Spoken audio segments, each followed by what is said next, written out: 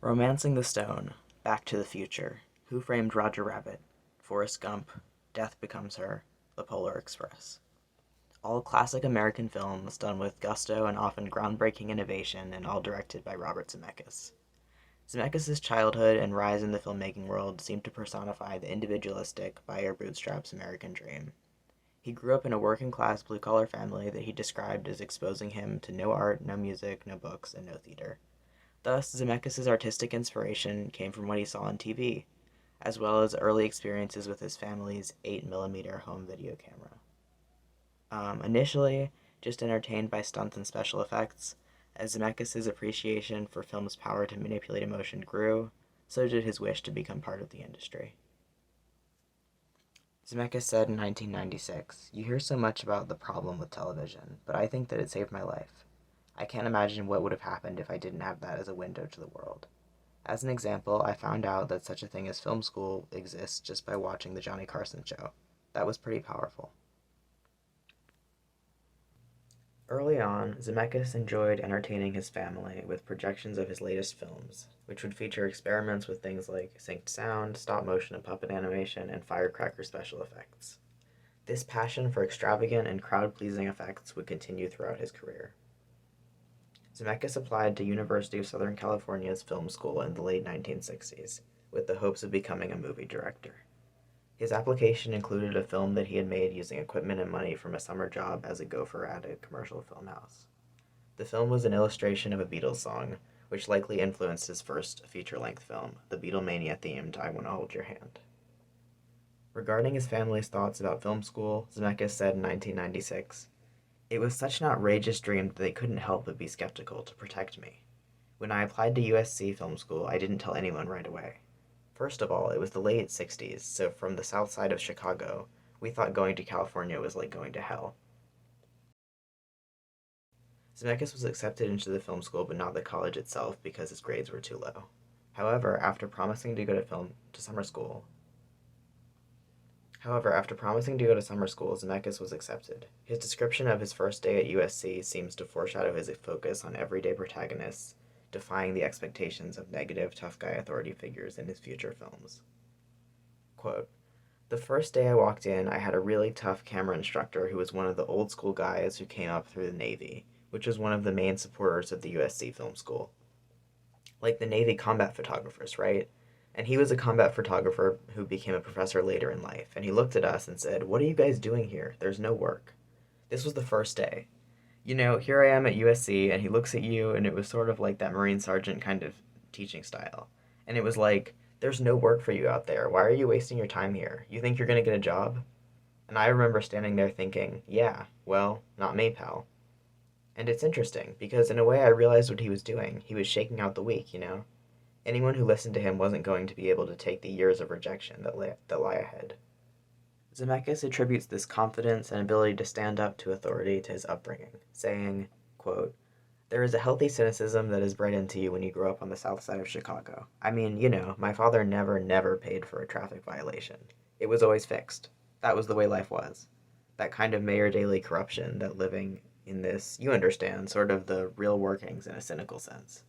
I talked to most of my colleagues, and I must say, being a film director, I don't want to sound, but you have to come from a comfortable background to toy in this arena. So I think that I was very fortunate in being grounded in sort of the harsh realities of real life that helped me a lot in Hollywood." End quote. Zemeckis' start as a director and screenwriter came with his first full-length film, I Wanna Hold Your Hand, in 1978. The film was produced by a post-Jaws Steven Spielberg, who had been impressed by Zemeckis' film school work. Spielberg also produced several of Zemeckis' future projects, and Zemeckis credits Spielberg with allowing him the ability to make Back to the Future the best it possibly could be.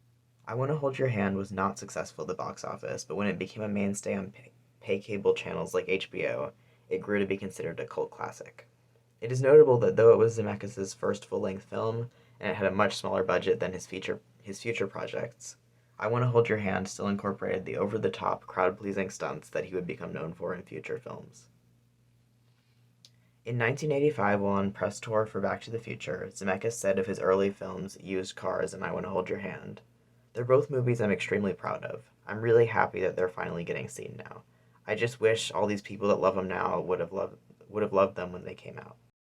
However, Zemeckis' first major directing success wouldn't come until 6 years later, with 1984's *Romancing the Stone*. 2 years later, he was nominated for an Oscar for his Back to the Future screenplay, and in 1994 he won the Best Director Oscar for *Forrest Gump*. As his career blossomed, his genre preferences became increasingly clear. Almost all of Zemeckis' films involve comedy elements, particularly slapstick and cartoonish physical comedy, oblivious characters, puns and innuendos, and dramatic irony.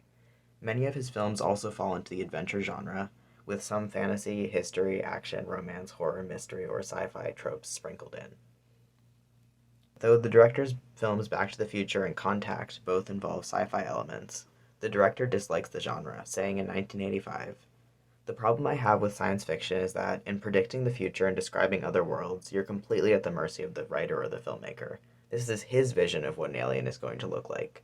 If I agree with it, that's fine. If I don't, then what? I'm left nowhere. That's why I enjoyed doing Back to the Future so much. With this story, I was locked into the past, and I couldn't tamper with it.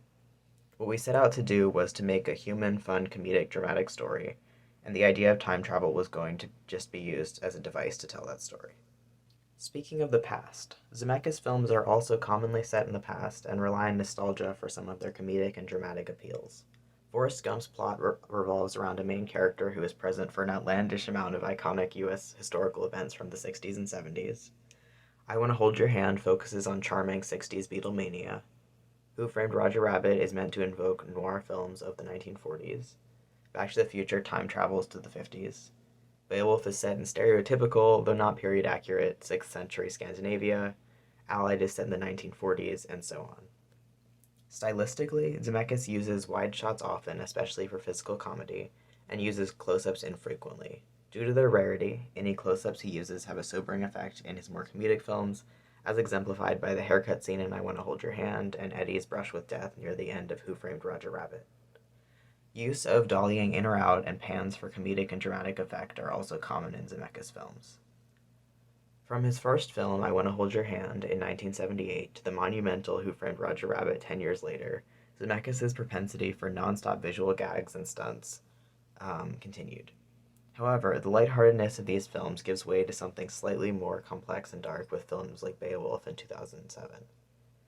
There, the fight scenes are often shot to emphasize gore and life-or-death stakes rather than comedic ineptitude, and Beowulf's animated backgrounds allow for more intense stunts than could be possible in a live-action film like I Want to Hold Your Hand. However, some of the weight and reality is lost in Zemeckis' use of motion capture in Beowulf. One could argue that the practical nature of the stunts in I Want to Hold Your Hand actually makes them more awe-inspiring and thrilling, even if characters are climbing between moving cars instead of battling dragons. Also, Zemeckis seems more capable of using the camera to create subtext in his later films. For example, a scene in Beowulf dollies out during a conversation between Beowulf and King Hrothgar, putting Queen Wealhtheow into frame. This subtly implies that Wealhtheow will be Beowulf's real prize if he slays Grendel. Despite such moments of complexity, the characters in the projects Zemeckis chooses or writes often fall easily into archetypes. These include hysterical teenage girl, New Jersey tough guy, know-it-all nerd, football player bully, easily bribed cop, young mistress, noir detective, narcissistic fading actress, and homophobic ex-military father. Zemeckis' Slavic immigrant ancestry and working-class background also seem to have influenced the types of protagonists that he focuses on in his work, particularly in earlier films like I Want to Hold Your Hand, Forrest Gump, and Who Framed Roger Rabbit. Dramatic, plot-relevant reveals of parentage reminiscent of 1980's The Empire Strikes Back are also somewhat common in his films, including I Want to Hold Your Hand, Back to the Future, and Beowulf.